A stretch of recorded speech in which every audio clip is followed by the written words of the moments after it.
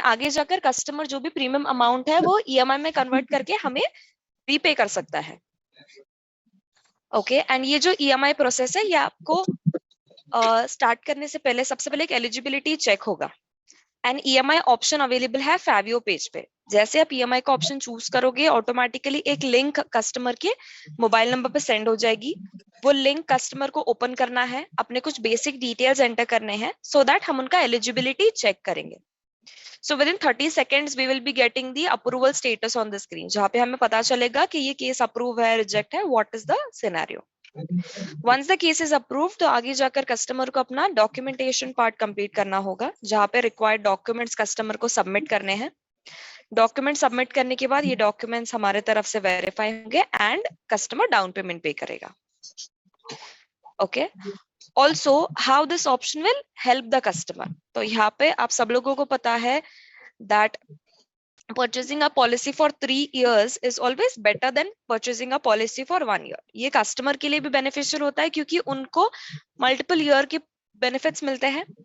But इसमें एक ही concern होता है प्रीमियम अमाउंट का, बिकॉज जितना पॉलिसी टेन्योर बड़ा होगा प्रीमियम अमाउंट उतना ज्यादा होगा। सो अकॉर्डिंगली कस्टमर जो है, customer may not be interested to take the policy at that moment, या ही में डिले। सो उस समय हम ईएमआई ऑप्शन कस्टमर को दे सकते हैं। You can also use this option to upsell the product.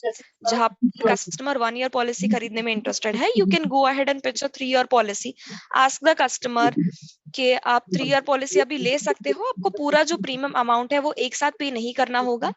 You can just pay some amount as a down payment first, and जो भी रिमेनिंग अमाउंट है वो कन्वर्ट हो जाएगा ईएमआईज में, और कस्टमर को मैक्सिमम 9 महीने तक का ऑप्शन मिलेगा अमाउंट को रीपे करने के लिए। So this is how we can use this option as a payment option and give it to the customer. Okay, and this is the 6-step journey that we have. सबसे पहला हमारे पास एक EMI calculator है, ठीक है। I believe that ये calculator की link आप सभी लोगों के पास होगी। अगर आपके पास अवेलेबल नहीं है तो हम ये लिंक आपके साथ शेयर कर देंगे।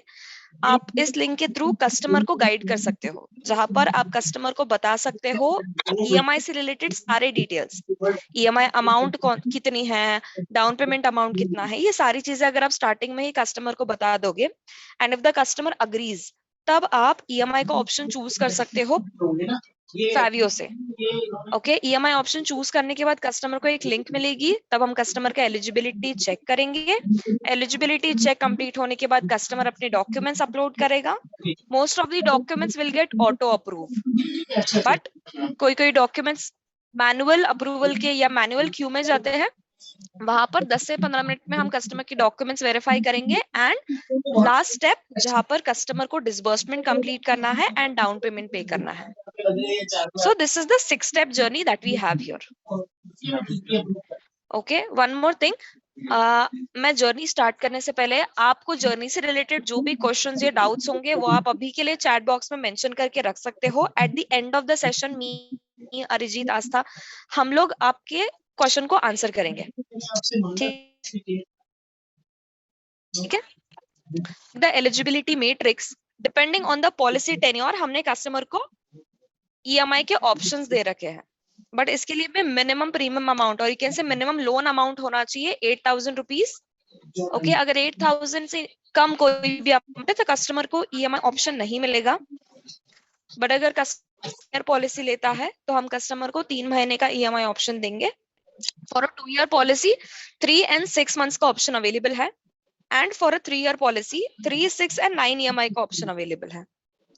सो 3-year पॉलिसी के लिए मैक्सिमम 9 महीने तक का ऑप्शन कस्टमर को मिल सकता है, और इसमें से चाहे कस्टमर कोई भी पॉलिसी ले या कोई भी ईएमआई ऑप्शन चूज कर ले, डाउन पेमेंट परसेंटेज 25% ही रहेगा। Okay, and it is for all the EMI tenures. Next, list of documents which are required. तो ईएमआई प्रोसेस कंप्लीट करने के लिए ये कुछ लिस्ट ऑफ डॉक्यूमेंट्स है जो हमें चाहिए होंगे। बेसिस ऑफ दिस हम लोग डिटेल्स वेरीफाई करेंगे। सो फर्स्ट डॉक्यूमेंट होगा, फर्स्ट ऑप्शन होगा कस्टमर को सेल्फी अपलोड करने के लिए।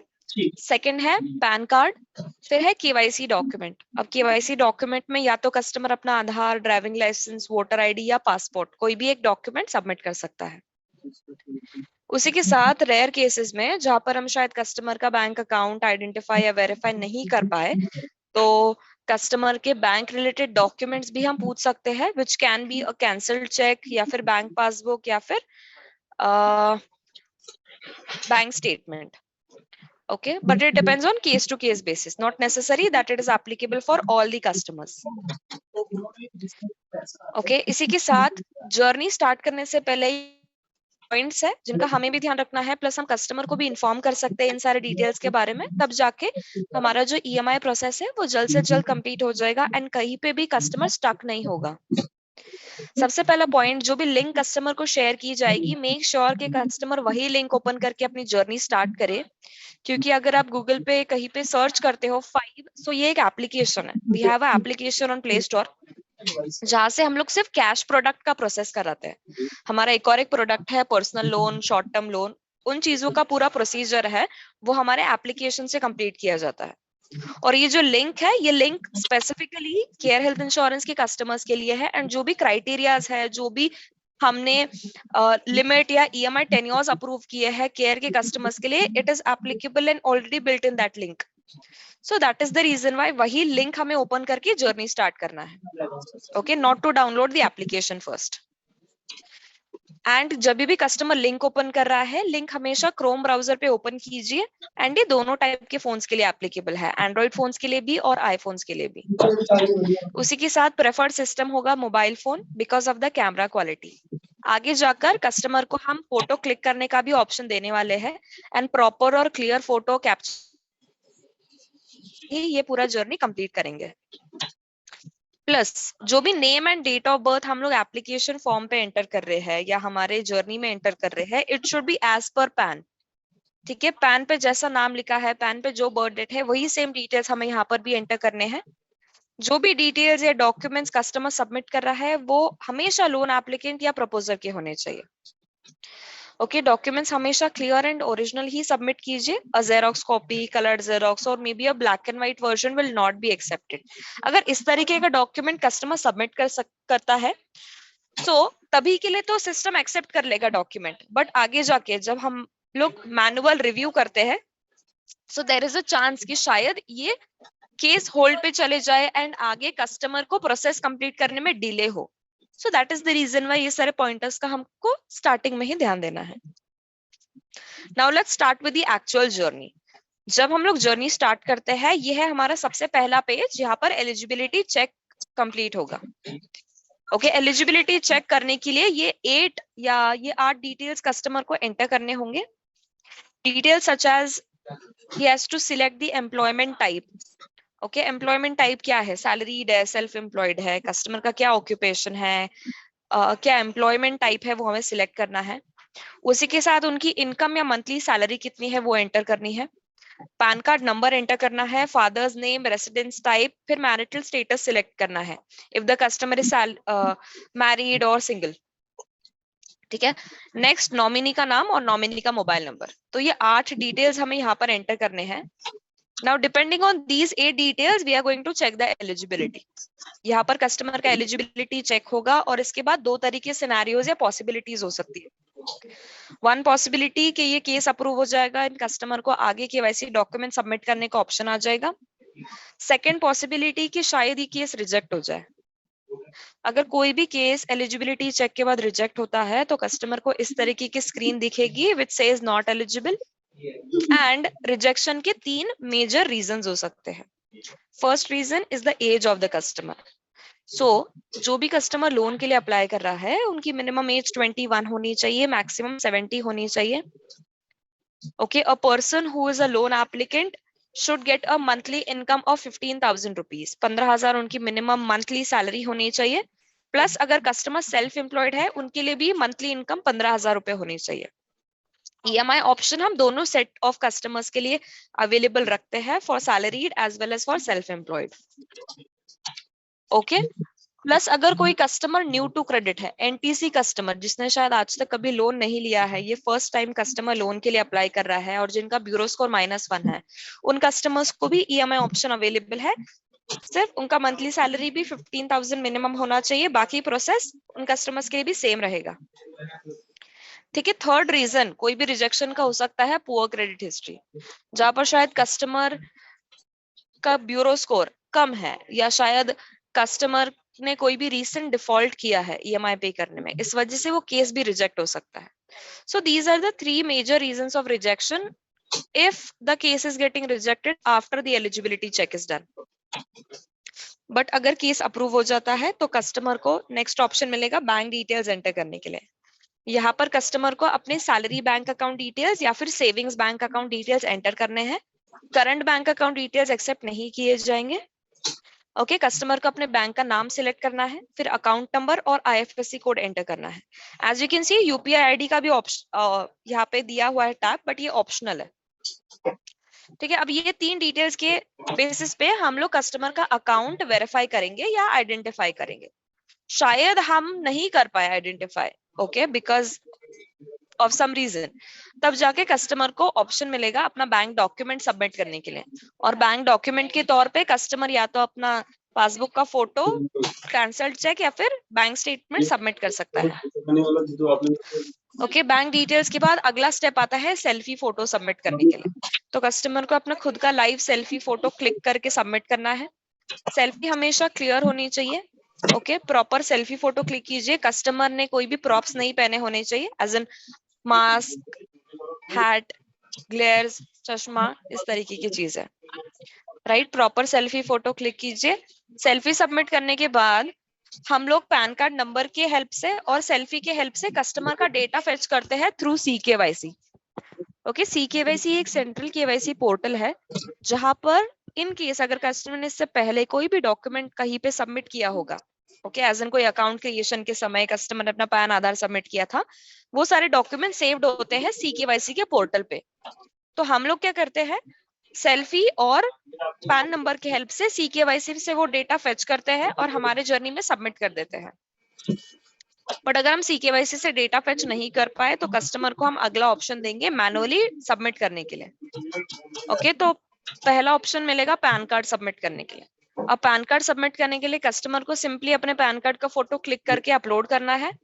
ओरिजिनल पैन कार्ड का फोटो होना चाहिए, या फिर कस्टमर गैलरी से अपलोड कर सकता है वो डॉक्यूमेंट, अगर कस्टमर के पास अपने गैलरी में या अपने डिवाइस में अवेलेबल है अपने ओरिजिनल पैन कार्ड की तो।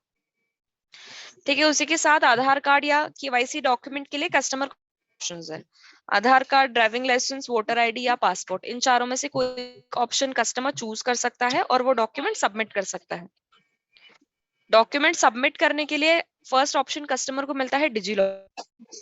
तो आप लोगों को पता है आजकल मोस्टली सारे कस्टमर्स के पास डिजिलॉकर अकाउंट होता है, जिसमें वो अपने आईडी प्रूफ सेव करके रख सकते हैं। आईडीज एज इन आधार हो गया, ड्राइविंग लाइसेंस हो गया, पैन हो गया। अगर ये डॉक्यूमेंट्स ऑलरेडी उनके डिजिलॉकर में है तो कस्टमर डिजिलॉकर का ऑप्शन चूज करके वो डॉक्यूमेंट यहाँ पे सबमिट कर सकता है। अगर डिजिलॉकर अवेलेबल नहीं है तो अगला ऑप्शन कस्टमर को मिलेगा इंस्टेंट KYC यूजिंग आधार। इंस्टेंट KYC यूजिंग आधार मतलब ये ऑप्शन कस्टमर तभी सिलेक्ट कर सकता है अगर कस्टमर का मोबाइल नंबर उनके आधार से लिंक्ड होगा, तो तब जाके कस्टमर अपना आधार डाउनलोड कर सकता है UIDAI के पोर्टल से। ठीक है, या फिर गैलरी अपलोड तो ऑप्शन अवेलेबल है, या फिर click and upload option available है। इस तरीके के 4 ऑप्शंस कस्टमर को मिलते हैं KYC डॉक्यूमेंट सबमिट करने के लिए। अब ये KYC सबमिट करने के बाद यहाँ पर हमें एड्रेस एंटर करना है as per the Aadhaar, and smart repay setup करना है। Okay, and to setup the smart repay यहाँ पे 2 ऑप्शंस अवेलेबल है। One is the online method. अगर कस्टमर ऑनलाइन मेथड चूज करता है तो उसमें आगे जाकर कस्टमर को 3 अलग अलग ऑप्शंस मिलते हैं। First option is internet banking, second is debit card and third is Aadhaar based OTP। But ये तीनों भी ऑप्शंस कस्टमर के बैंक पे डिपेंड करते हैं। मे बी कोई बैंक सिर्फ डेबिट कार्ड का ऑप्शन देती है, कोई बैंक सिर्फ नेट बैंकिंग का ऑप्शन देती है, एंड कोई बैंक तीनों भी ऑप्शंस अवेलेबल करती है। सो एक्चुअली ये डिपेंड करेगा कस्टमर के बैंक पे कि कौन सा ऑप्शन कस्टमर को मिल रहा है। अगर कस्टमर ने नेट बैंकिंग का ऑप्शन सिलेक्ट किया है तो कस्टमर को सिर्फ अपने नेट बैंकिंग में लॉगिन करना है ID पासवर्ड से, then he can check the summary, OTP verify करना है और तुरंत ऑटो डेबिट सेटअप कंप्लीट हो जाएगा। जो भी डिटेल्स कस्टमर एंटर कर रहा है नेट बैंकिंग या डेबिट कार्ड के, वो डिटेल्स कस्टमर हमारे पेज पे या 5 के जर्नी में नहीं एंटर करता है। It is done on the banks page, bank के पोर्टल पे। ठीक है, अगर ऑनलाइन तरीके से हम प्रोसेस कर रहे हैं तो 98% real time auto debit setup complete हो जाता है एंड इंस्टेंट हमें कंफर्मेशन भी मिल जाता है। बट अगर कोई सर्वर इशू की वजह से या शायद कस्टमर का बैंक के कोई इशू की वजह से कस्टमर ऑनलाइन तरीके से अगर स्मार्ट रीपे सेटअप नहीं कर पा रहा है, सो फॉर दोज केसेस हम लोग उनको ऑफलाइन ऑप्शन देंगे which is print and upload NACH. तो यहाँ से कस्टमर को डाउनलोड नैच करना है। Once he clicks on this tab of download Natch, a pre-printed Natch mandate form will be sent to the customer's email ID. Customer को वो form receive होगा, customer को उस फॉर्म का प्रिंट आउट लेना है, उस फॉर्म पे साइन करना है और फोटो क्लिक करके सबमिट कर देना है। ठीक है, सबमिट करते समय भी हमें ध्यान देना है कि कस्टमर ने डिजिटल सिग्नेचर ना किया हो, प्रॉपर नॉर्मल ब्लू कलर के बॉल पेन से साइन करना है। It should be a clear image, okay, and जो भी डिटेल्स उस फॉर्म पे लिखे वो क्लियरली विजिबल और रीडेबल होने चाहिए। सो इस तरीके का फॉर्म हमें सबमिट करना होगा।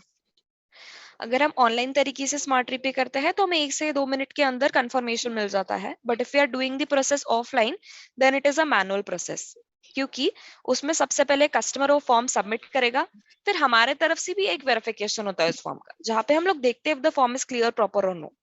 If we feel that it is correct then we will be sending it to the bank for registration. फिर बैंक अपने तरफ से उस फॉर्म को रिव्यू करेगी, वेरीफाई करेगी, तब जाके ऑटो डेबिट सेटअप कंप्लीट होगा। ओके, एंड ये पूरा प्रोसेस कंप्लीट करने के लिए as an auto debit active होते होते मे बी 7 दिन लग सकते हैं, मैक्सिमम 90 डेज तक भी लग सकते हैं, depending on the customer's bank, क्योंकि हम उन्हें रिक्वेस्ट दे रहे हैं to set up the auto debit and it is a manual process. So at the end it depends कि वो कब ऑटो डेबिट एक्टिव होगा। ओके, अब स्मार्ट रीपे स्टेप करने के बाद यहाँ पर ये एक वेटिंग स्क्रीन है। मीनवाइल जो भी डॉक्यूमेंट सबमिट किया है it is under review. Once the verification is done, फिर कस्टमर को ऑप्शन मिलेगा डाउन पेमेंट पे करने के लिए और डिसबर्समेंट प्रोसेस कंप्लीट करने के लिए। सो यहाँ पे ईएमआई ऑप्शंस अवेलेबल है। जो भी पॉलिसी टेन्योर कस्टमर ने चूज किया है उसके बेसिस पे कस्टमर को ईएमआई के ऑप्शंस मिलेंगे। Customer has to select the EMI tenure, फिर अपना लोन समरी चेक करनी है जिसमें ईएमआई डेट से लेके EMI amount, number of EMIs and all of the other details are mentioned. ये सब डिटेल चेक करने के बाद हम कंप्लीट डाउन पेमेंट पे क्लिक करेंगे एंड डाउन पेमेंट पे करने के लिए नेट बैंकिंग, यूपीआई ये ऑप्शन अवेलेबल है। तो कस्टमर को डाउन पेमेंट पे करना है। जैसे पेमेंट रिसीव हो जाती है इस तरीके का पेमेंट सक्सेसफुल मैसेज कस्टमर को स्क्रीन पे दिखेगा, which means that the loan is booked and the process is completed. Okay, जब पूरा प्रोसेस कंप्लीट हो जाएगा which means now we are good to go, loan finish हो गया है। ठीक है, एक चीज, जब पूरा प्रोसेस कंप्लीट होने के बाद कुछ पॉइंट्स है जिनका हमें ध्यान रखना है, प्लस हमें ये सारी चीजें कस्टमर को भी इन्फॉर्म करनी है। ओके, सबसे पहले जब आप कस्टमर को ईएमआई के बारे में बता रहे हो, यूज द ईएमआई कैलकुलेटर। हमेशा ईएमआई कैलकुलेटर यूज करके कस्टमर को ईएमआई से रिलेटेड सारे डिटेल्स बताइए। ईएमआई डिटेल्स बताने के बाद अगर कस्टमर अग्री करता है तब ईएमआई का ऑप्शन चूज कीजिए फैवियो से। ओके, फिर जब आप वहां पे ईएमआई का ऑप्शन चूज करते हो कस्टमर को एक लिंक चली जाएगी, वही लिंक हमें ओपन करना है क्रोम ब्राउजर पे और वहीं से आगे का जर्नी स्टार्ट करना है। ठीक है, मेक श्योर ओरिजिनल डॉक्यूमेंट्स ही कस्टमर सबमिट करे या फिर डिजिलॉकर का ऑप्शन अवेलेबल है। ठीक है, यू कैन चूज दैट, और एल्स केवाईसी डॉक्यूमेंट सबमिट करने के लिए आप इंस्टेंट केवाईसी का भी ऑप्शन सिलेक्ट कर सकते हो। Along with that, जब भी हम जर्नी स्टार्ट कर रहे हैं, whenever you are giving this option of EMI, inform the customer about 5 that we are a finance partner जो कस्टमर को लोन प्रोवाइड कर रहा है टू बाय दी पॉलिसी। और इस वजह से कस्टमर को 5 की तरफ से रिमाइंडर्स, कॉल्स, एसएमएस आएंगे, करेक्ट। एंड आप खुद कस्टमर को ईएमआई डेट और ईएमआई अमाउंट के बारे में बताइए। ईएमआई डेट तो हर कस्टमर के लिए फिक्स्ड होगी which is on 5th of every month, but EMI amount भी बताइए कि आगे के 6 महीने, आगे के 3 महीने आपको इतना अमाउंट हर महीने पे करना है, करेक्ट। कस्टमर को अपने ईएमआई जो है वो टाइमली बेसिस पे पे करने होंगे। अगर कस्टमर टाइम पे ईएमआई पे नहीं करता है, डिले करता है या डिफॉल्ट करता है, तो कस्टमर को सबसे पहले तो पेनल्टी चार्ज होगी। इन केस अगर नैच बाउंस हो जाता है तो कस्टमर को नैच बाउंस चार्जेस चार्ज होंगे विच इज 500 रुपीज। उसी के साथ अगर 8 तारीख तक भी कस्टमर अमाउंट पे नहीं करता है, then he will be charged with the late payment fees, that is 500 plus taxes, that will go around 590 rupees. और ये एडिशनल चार्जेस कस्टमर को अपने ईएमआई अमाउंट के साथ पे करने पड़ेंगे। ओके, उसके बाद भी अगर कस्टमर ईएमआई पे नहीं करता है तो शायद कस्टमर की पॉलिसी भी कैंसिल हो सकती है। So you have to inform the customer to pay his EMI on time. Next, if we talk about the EMI date के किस तरीके से कस्टमर की ईएमआई डेट डिफाइंड होती है या क्या साइकिल है। तो अगर कोई भी लोन 1 तारीख से लेके 20 तारीख के बीच में डिसबर्स होता है, फॉर एग्जांपल मैंने 20 फरवरी को प्रोसेस कंप्लीट किया है, अब मेरी ईएमआई स्टार्ट होगी 5 मार्च से। बट अगर मैंने 21 फरवरी या 21 फरवरी के बाद लोन प्रोसेस किया है तो मेरी ईएमआई स्टार्ट होगी 5 अप्रैल से, ओके, ना कि मार्च से। Alright, now if we talk about auto debit, जैसे मैंने बोला अगर हम ऑनलाइन तरीके से प्रोसेस कंप्लीट करते हैं तो तुरंत हमें कंफर्मेशन मिल जाता है और ऑटो डेबिट एक्टिव हो जाता है। अगर ऑटो डेबिट एक्टिव है तो कस्टमर को अपने ईएमआई डेट से एक दिन पहले अकाउंट में सफिशिएंट फंड्स रखने हैं, सो दैट 5 तारीख को किसी भी समय अमाउंट ऑटो डेबिट हो सकता है। बट अगर ऑटो डेबिट एक्टिव नहीं है, अगर कस्टमर ने ऑफलाइन तरीके से प्रोसेस किया है, नैच अभी तक एक्टिव नहीं हुआ है, तब कस्टमर को खुद से वो अमाउंट पे करना पड़ेगा।